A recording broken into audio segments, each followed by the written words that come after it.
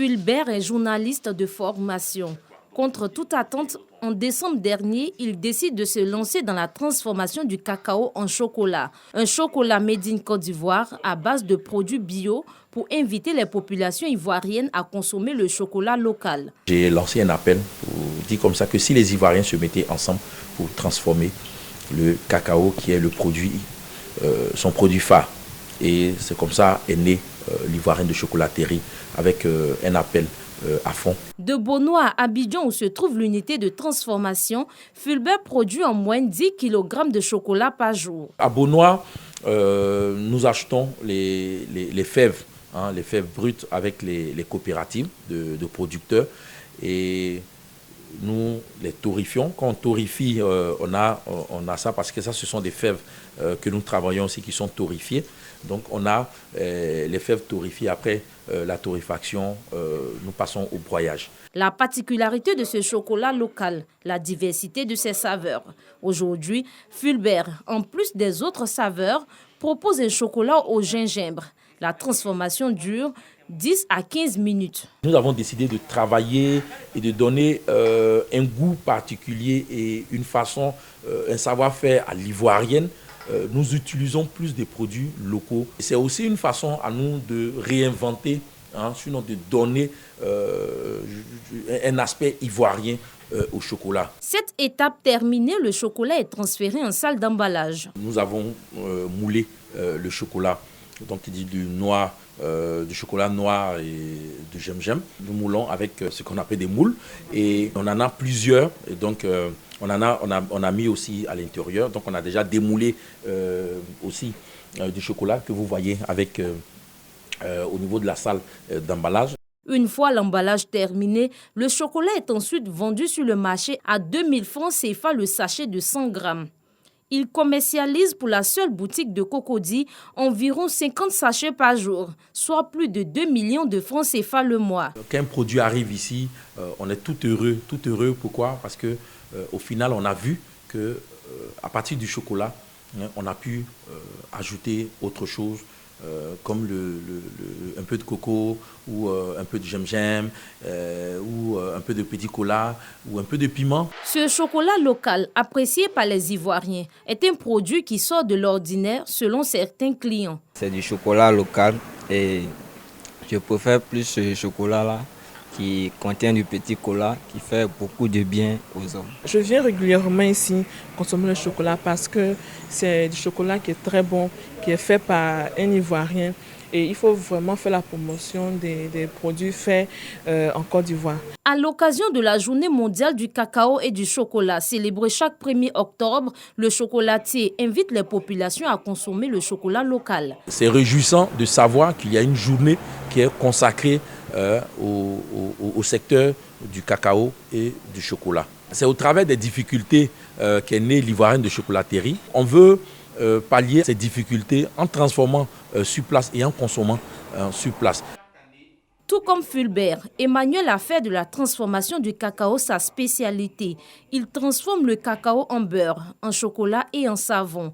En 2020, il est primé au rang de champion d'Afrique chocolat-pâtisserie. Ce jour, Emmanuel reçoit une dizaine d'entrepreneurs. Tous veulent savoir comment transformer les fèves du cacao en un autre produit. Au centre de cette formation, le savon au chocolat. Pour faire le savon au chocolat, il faut de la pâte de cacao, il faut aussi de l'eau, il faut une solution basique. La Côte d'Ivoire est le premier pays producteur mondial du cacao, mais l'étape de la transformation reste un défi à relever. Nous avons vendu le cacao depuis près d'un siècle à l'économie de la cueillette. On veut changer maintenant à transformer le cacao, mais sur toute sa forme de valeur, toute sa chaîne de valeur. Cette année, pas de festivité pour les journées nationales du cacao et du chocolat en raison de la recrudescence des cas de Covid-19. Une rencontre entre les acteurs et l'État a permis de fixer aujourd'hui, 1er octobre, à la faveur de la journée mondiale du cacao, le prix du cacao à 825 francs CFA pour la campagne 2021-2022. Dans cet immeuble du quartier Terminus 03 dans la commune de Komassi, vit Liliane Assoumou. Comme tous les matins, elle fait sa prière quotidienne, laisse des consignes avant de commencer la journée. Liliane est chauffeur de taxi personnalisé. Un environnement professionnel d'ordinaire propre à la junte masculine. De nos jours, ils sont nombreux ces propriétaires de véhicules personnels qui s'adonnent à cette activité. Une fois dans sa voiture, Liliane active sa connexion Internet mobile, qui est d'ailleurs son outil de travail. Voilà, on est client à 300 mètres. Un bip sonore indique que son véhicule est sollicité. Liliane appelle le client. Allô? Oui, bonjour madame.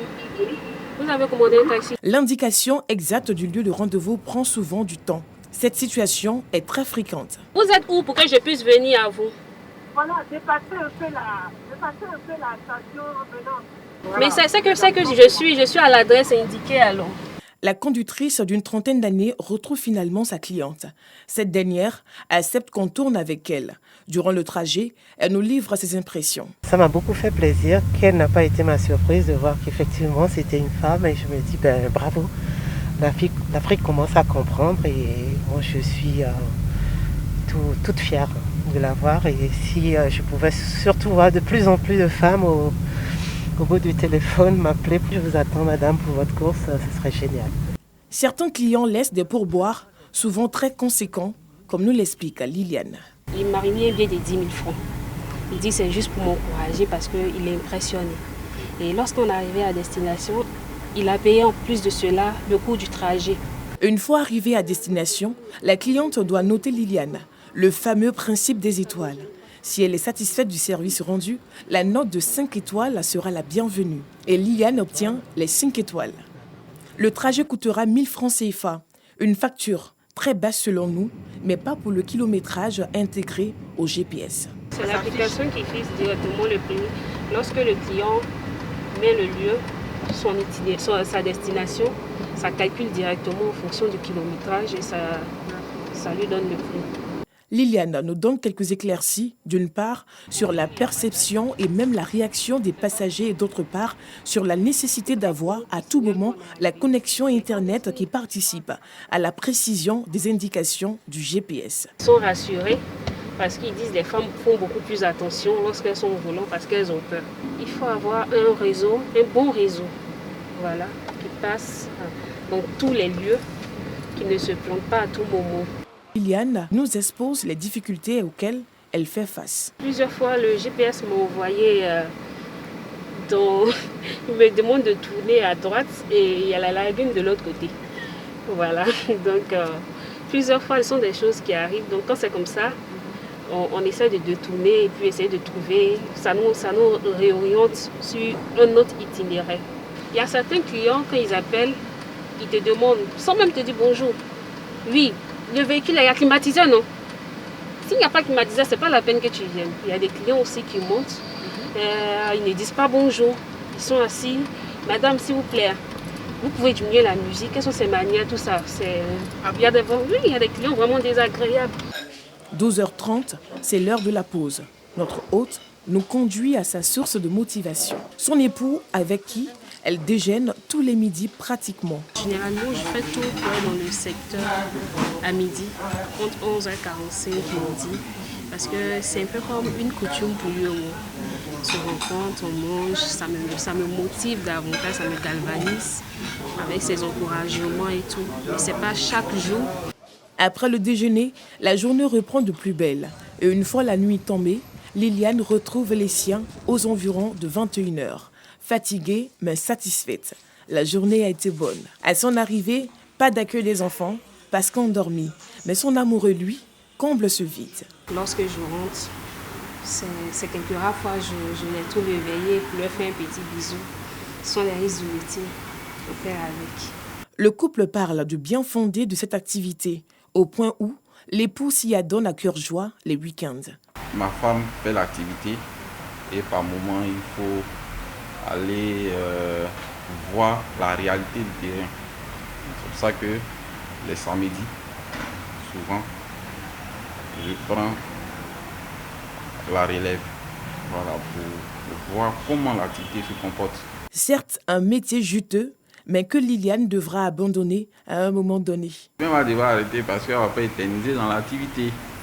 Vous voyez, arrivé à un certain moment, elle prend du recul et puis elle a un regard sur l'activité. Liliane se retrouve des fois avec des recettes journalières allant de 25 000 francs CFA à 40 000 francs CFA.